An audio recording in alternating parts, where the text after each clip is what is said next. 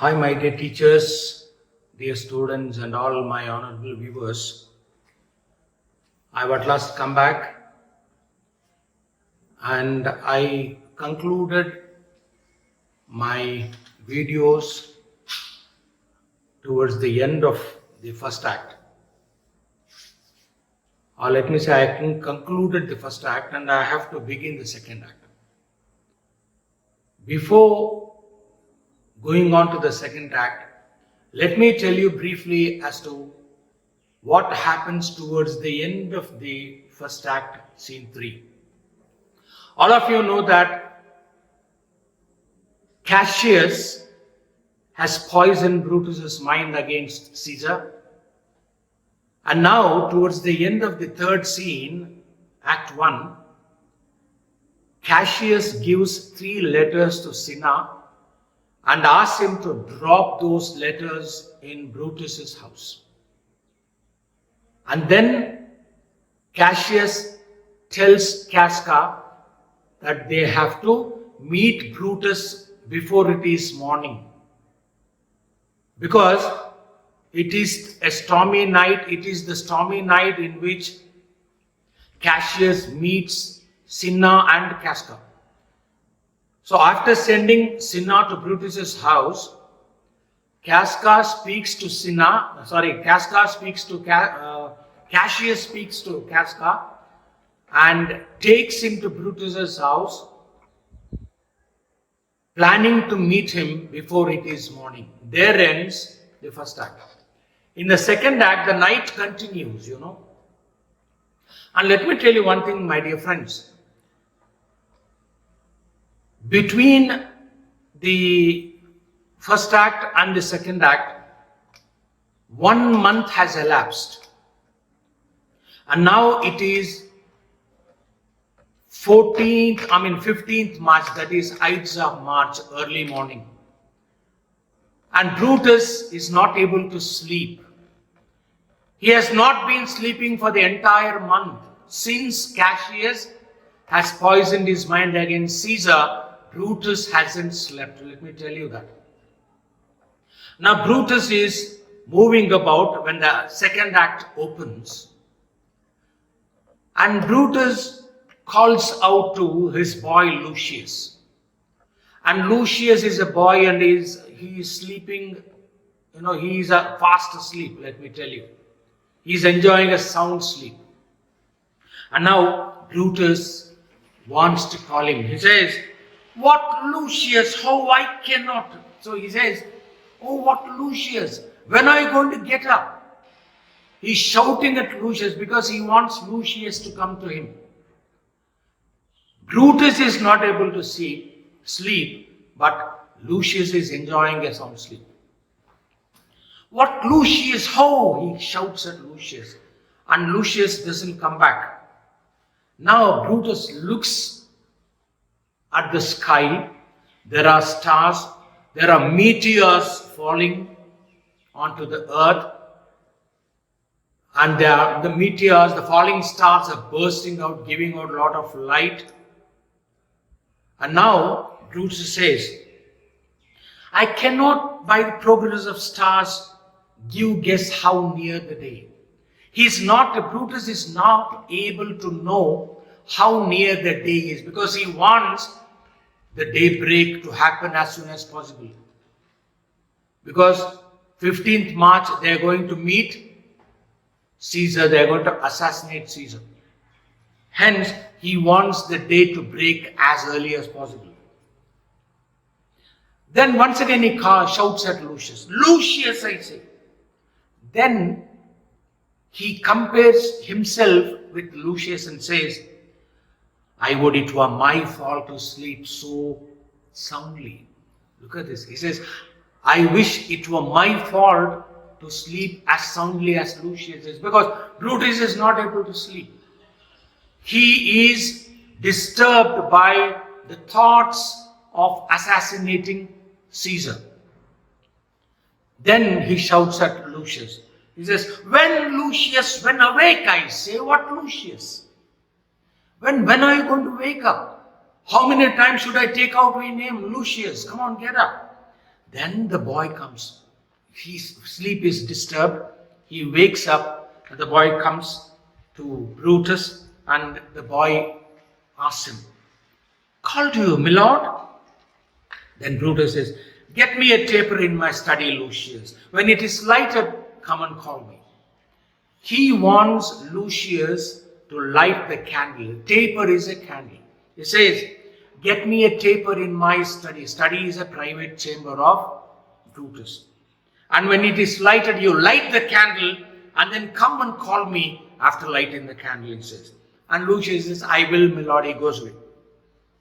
When Lucius goes away, Brutus is left alone. Now you have Brutus's soliloquy. Here, Brutus decides to assassinate Caesar. And the way Brutus argues, defending himself, for assassinating Caesar, we come to a conclusion that Brutus is a fool. Brutus is self-centered. Brutus is egoistic. Brutus is gullible. Brutus always listens to others blindly. And so Brutus doesn't have any quality of him being called a tragic hero. Let me tell you, my dear friends, Brutus is a traitor. Brutus is a backstabber. I will never support Brutus. Take it from me, dear friends. Look at this. The way Brutus argues in his soliloquy. I will read out the entire soliloquy. My dear students and my dear teachers, take out the book, open the book, come to Act 2, Scene 1. Come to Brutus' soliloquy. Brutus says here, I'll read out the entire soliloquy for your benefit. Just follow that and then I will explain each and every line. Brutus says, "It must be by his death. And for my part, I know no personal cause to spurn at him, but for the general. He would be crowned. How that might change his nature, there is the question. It is the bright day that brings forth the adder, and that craves weary walking. Crown him? That. And then I grant we put a sting in him, that at his will he may do danger with. The abuse of greatness is when it disjoins remorse from power. And to speak truth of Caesar, I have not known when his affection swayed more than his reason. But it is common proof that lowliness is young ambition's ladder, whereto the climber upward turns his face.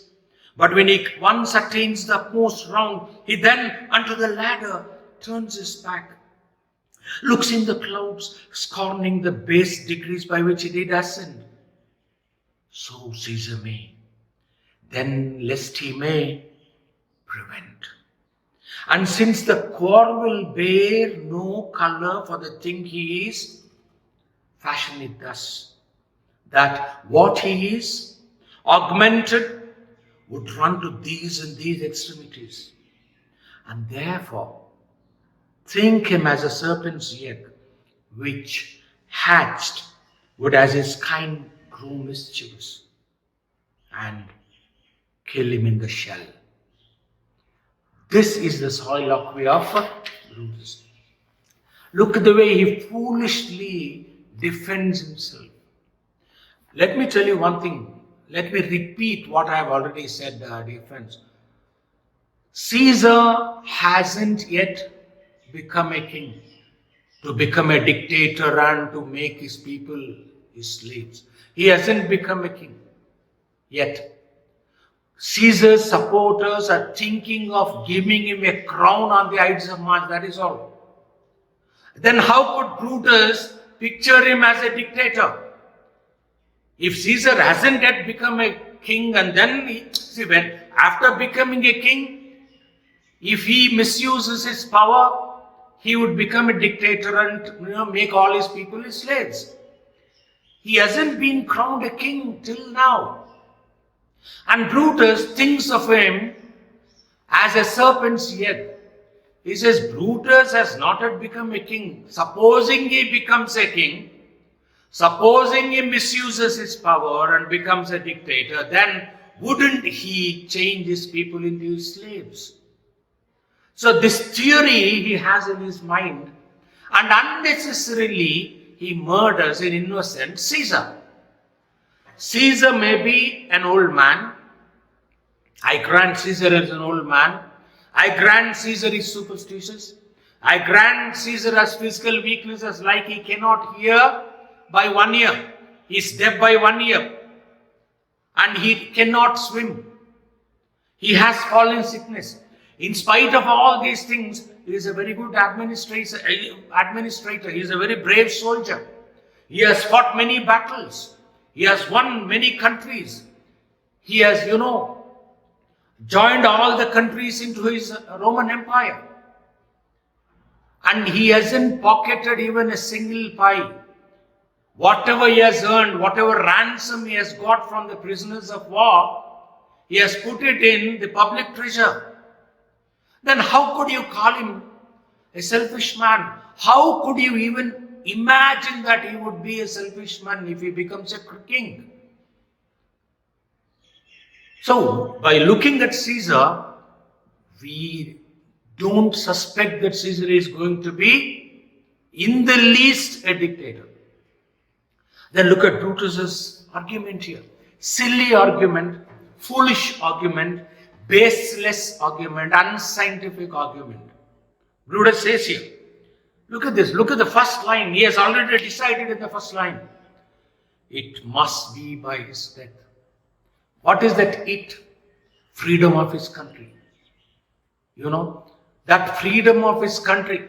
See, he is talking about the freedom of his country, and you can talk about the freedom of your country only when the freedom is at stake. Only when your country loses its freedom, you will think of fighting it out to get back your freedom. Caesar hasn't become a king. Caesar hasn't still become a dictator. And people haven't yet lost their freedom. But look at Brutus's decision here. He says, it must be by his death. I can save my country only by assassinating Caesar. Then he says, look at this, look at the foolish argument here. He says, for my part, I know no personal cause to spurn at him but for the general. He says, he doesn't have any personal reason to go against Caesar, but for the general, but for his kingdom, he wouldn't have gone against Caesar. That means he is going against Caesar only to protect his country.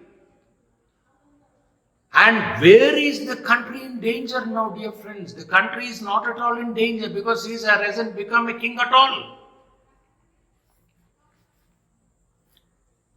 He says he would be crowned. In future, he is thinking of the possibilities of Caesar becoming a king and then becoming a dictator in the future. That's why he says he would be crowned. And how that might change his nature, there is the question. How could you simply see, you can fight with a dictator after he becomes a dictator. Understood? Before he could become a dictator, how would you suspect a person that he would become a dictator and then kill him in the present? Don't you think ignorance of law is no excuse? If you murder an innocent person, thinking that he would become a bad fellow, isn't it your foolishness? Look at this, he says, he would be crowned. How that might change his nature. He says, if Caesar becomes a king, if that changes his nature, there is going to be a danger to his country. He's just imagining, dear friend. Caesar, we don't know whether Caesar would become a dictator or not. Let us give him some time. Let us give him some space. Let him become the king. Let him become a dictator. Let him become a bad man. Only then we will fight against him and remove him. Not now. But look at Brutus. He thinks the other way around. He says, it is the bright day. When Caesar becomes a king, when he is crowned, that is going to be the bright day which would bring out the selfishness, the evil which is residing within Caesar. It says, it is the bright day that brings forth the adder. An adder is a snake. Snake here symbolizes all evil nature within a human being. Brutus says, if Caesar is crowned a king, the snake within him will come out. The poison within him will come out, and he will start becoming, behaving like a dictator, and he will make his people his slaves. This is what Brutus's argument is. He is keeping in mind what Caesar is going to be in future. So to stop that from happening in future, Brutus decides to kill the innocent Caesar in the present. Isn't it unpardonable, dear friends? Then he says, crown him. If we crown him, that is the danger. That crown, which decorates his head is going to change him into a dictator. Then I grant we put a sting in him. He says, by crowning him, Brutus says, we are going to put a sting. Sting means poison in him.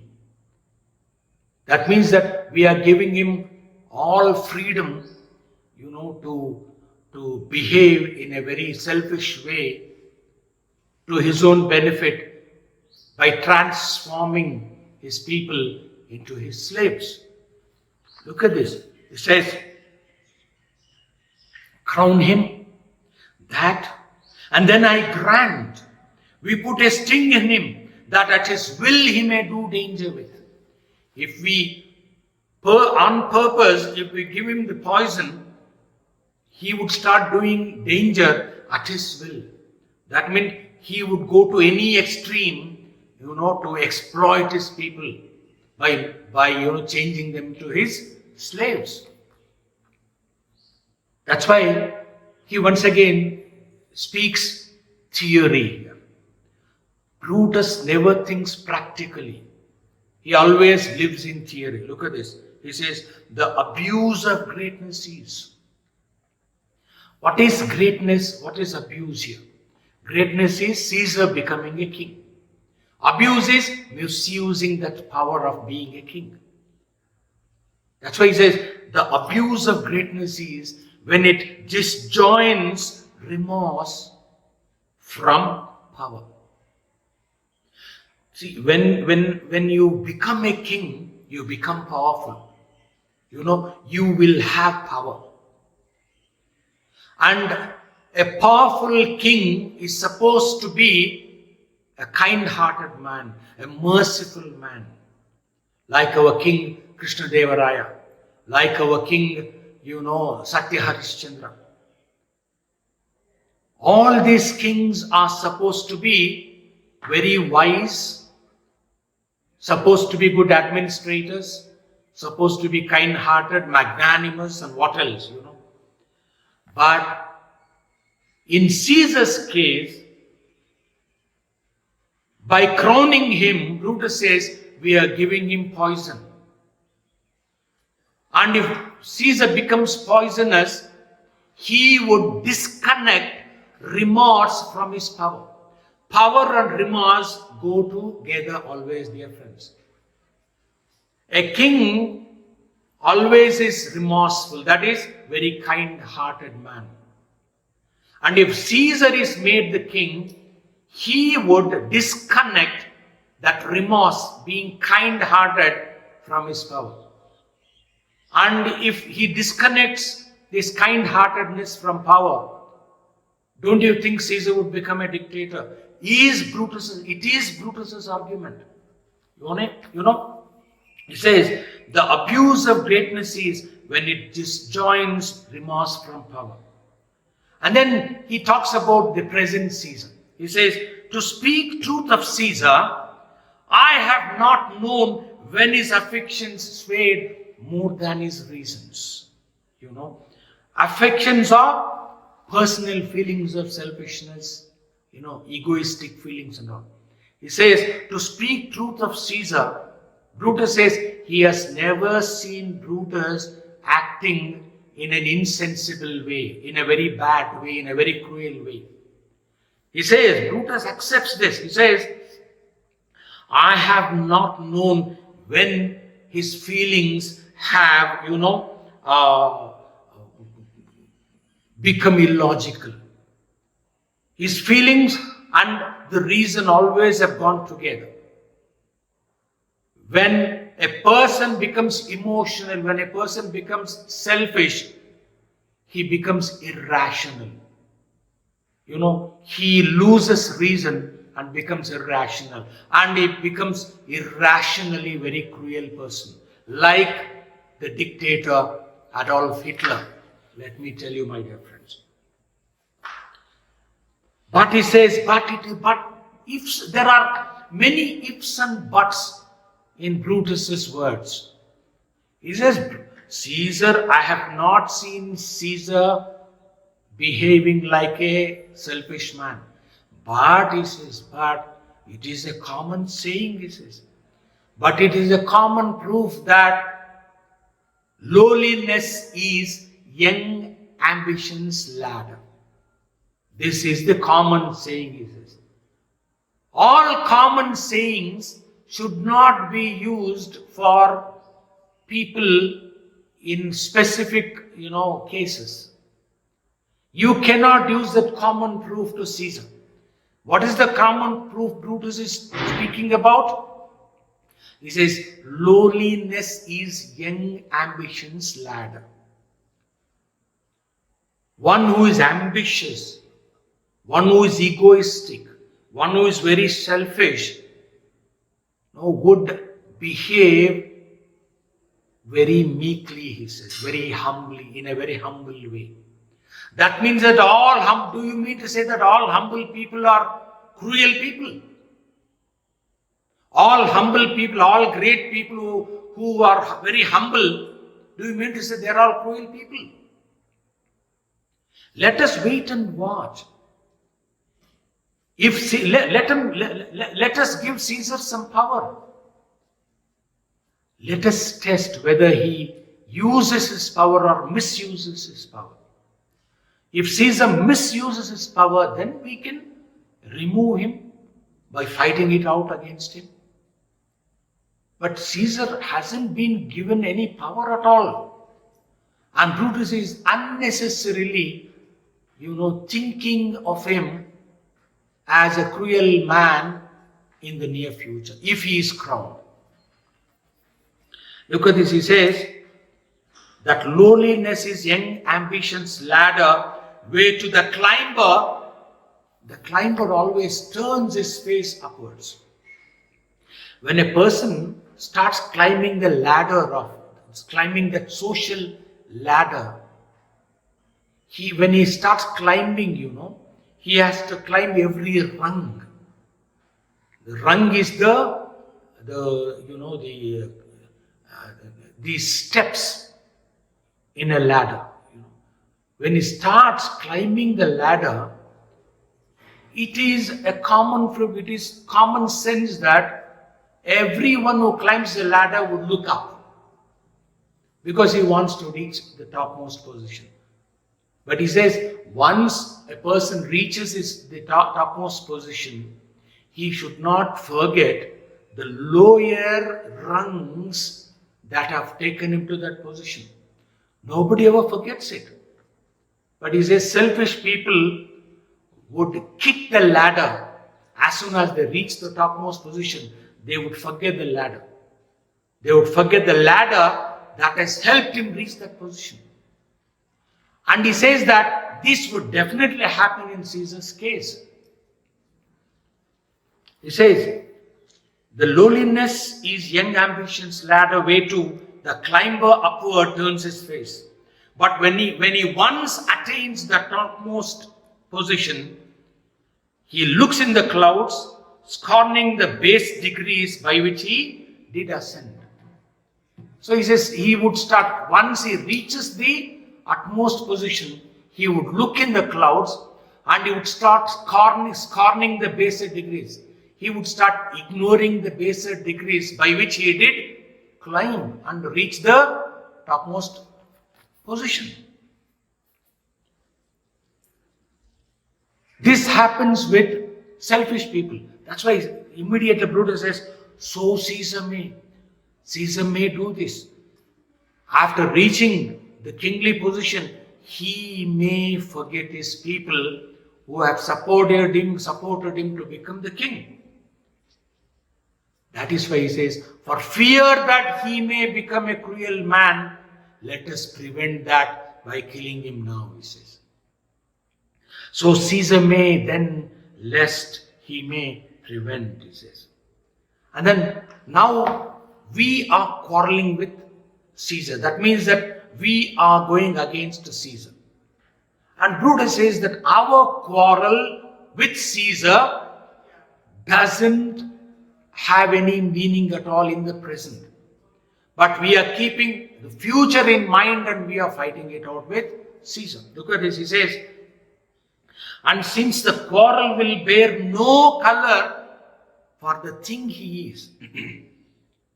What sort of a thing is Caesar? Is means in the present. In the present, Caesar is just a Roman commander, Roman general. And there is no danger from him. So there is no color. That means there is no danger from Caesar in the present. But he says, but if his position is augmented, if his position is, if his position becomes more powerful, if Caesar is crowned, then he says he would run to these and these extremities. Then he would go to any extreme by using his power to become a dictator and to make his people his slaves.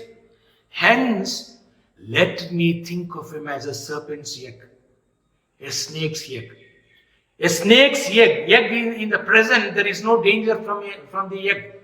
You can, put the egg in your pocket and walk about. But in the future, when the egg hatches, the snake comes out with poison and it starts biting people. So before you allow this egg to hatch and the snake to come out, if you destroy the egg, wouldn't you be killing the snake inside the shell? That means that he wants to assassinate Caesar before he could become a king and thereby save his countrymen. Look at this, he says, therefore think him as a serpent's egg which hatched, if it is hatched in future, as his kind, it is the true nature of a serpent to grow mischievous. Mischievous means to grow poisonous. Hence, if instead of allowing the egg to hatch and allowing that selfish nature of Caesar to come out, let me kill him in the shell. Before he could become the king, let me kill him now, he says, and he decides to kill the innocent Caesar in the present. Okay, we'll continue with this in the next class. Thank you for your patient listening. God bless you all. Thank you.